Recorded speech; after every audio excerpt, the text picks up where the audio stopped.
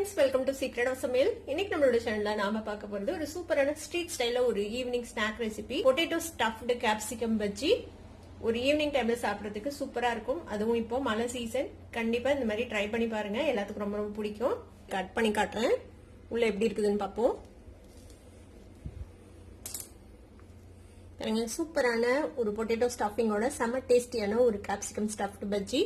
வீடியோக்குள்ள போறதுக்கு முன்னாடி நீங்க என்னோட சேனலுக்கு இப்பதான் முதல் முறையா வரீங்கன்னா வீடியோ கீழே இருக்க சப்ஸ்கிரைப் பட்டனை மறக்காம பிரஸ் பண்ணிக்கோங்க. பக்கத்துல இருக்கிற நோட்டிபிகேஷன் பெல்லையும் மறக்காம கிளிக் பண்ணிக்கோங்க. அப்பதான் என்னோட ஃபியூச்சர் நோட்டிபிகேஷன்ஸ் உங்களுக்கு உடனே வந்து சேரும். சரி வாங்க வீடியோக்குள்ள போலாம். இந்த செம டேஸ்டியான ஸ்டஃப் பஜ்ஜி எப்படி செய்யலாம்னு பார்க்கலாம். பச்சட்டியில 2 டீஸ்பூன் எண்ணெய் விட்டு வச்சிருக்கேன். இதுல வந்துட்டு ஒரு 4-5 பல் பூண்டு, ஒரு சின்ன துண்டு இஞ்சி, ஒரு 2 பச்சை மிளகாய் ஃபைனா சாப் பண்ணி வச்சிருக்கேன். சேர்த்திக்கலாம். இது சாப் பண்ணி போடலாம், இல்லைன்னா இஞ்சி போட்டு பேஸ்டா கூட போடலாம். 1 டீஸ்பூன் போட்டுக்கோங்க. பேஸ்டா போடுறீங்கன்னா லேசா வதக்கி விட்டுடலாம். இது லேசா வதங்கி நல்ல மணம் வரும்போது ஒரு வெங்காயத்தை இந்த மாதிரி ஃபைனா சாப் பண்ணி வச்சுட்டு அதையும் சேர்த்துக்கோங்க.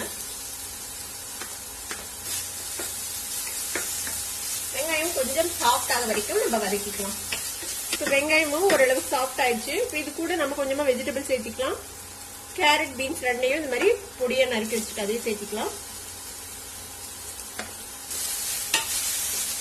லோ ஃப்ளேம்ல வச்சு இந்த கேரட் பீன்ஸ் வந்துட்டு கொஞ்சம் சாஃப்ட் ஆகணும், அது வரைக்கும் நல்லா வதக்கி விட்டுக்கோங்க.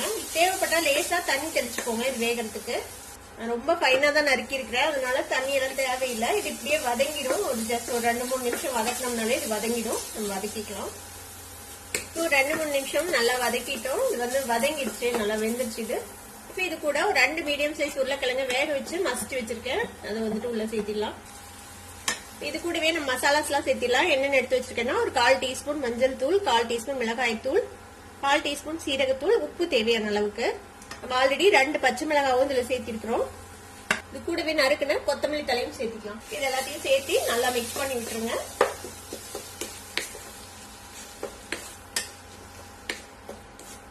நல்லா மிக்ஸ் பண்ணி விட்டாச்சு.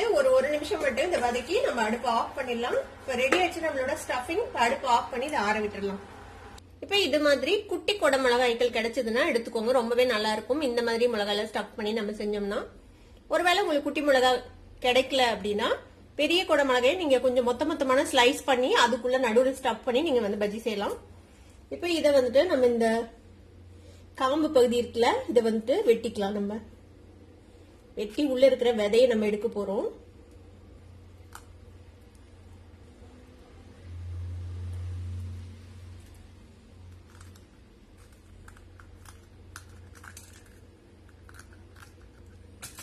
இந்த மாதிரி விதையை வந்துட்டு நீக்கிருங்க. இது மாதிரியே எல்லா மிளகாயும் நம்ம ரெடி பண்ணி வச்சுக்கலாம். எல்லா கொடை மிளகாயிலையும் உள்ள இருக்கிற விதையை வந்துட்டு நீக்கியாச்சு. இப்ப நம்ம என்ன செய்ய போறோம்னா இந்த உருளைக்கிழங்கு ஸ்டஃபிங்கை வந்துட்டு உள்ளுக்குள்ள ஸ்டஃப் பண்ணிக்கலாம். இதுக்குள்ள எவ்வளவு பிடிக்குதோ அந்த அளவுக்கு வந்துட்டு இதுக்குள்ள ஸ்டஃப் பண்ணிடுங்க.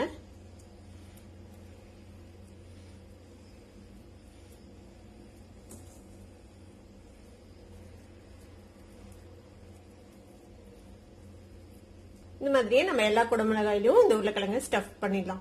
இப்ப எல்லா குடமிளகாயிலையும் நம்ம உருளைக்கிழங்கு ஸ்டஃபிங் ஸ்டஃப் பண்ணியாச்சு. இப்ப நம்ம வந்துட்டு கடலை மாவு பேட்டர் ரெடி பண்ணிக்கலாம். ஒரு கப் அளவுக்கு கடலை மாவு சேர்த்திக்கலாம்.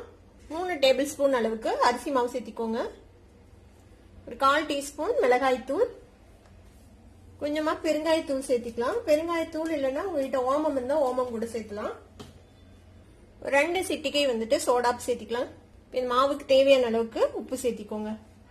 இப்போ தேவையான தண்ணி விட்டு இதை ஒரு கெட்டியான பேட்டரா நம்ம மிக்ஸ் பண்ணிக்க போறோம்.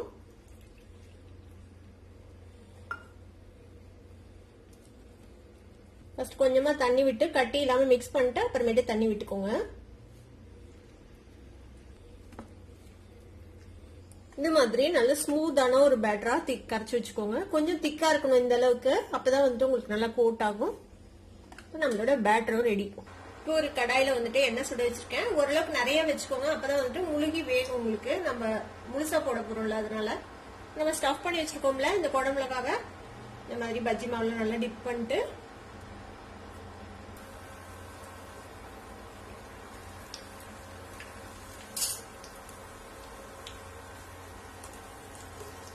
அலங்காம டர்ன் பண்ணி விடுங்க. அடுத்த சைடு கொஞ்சம் கீழே ஃப்ரை ஆனதும்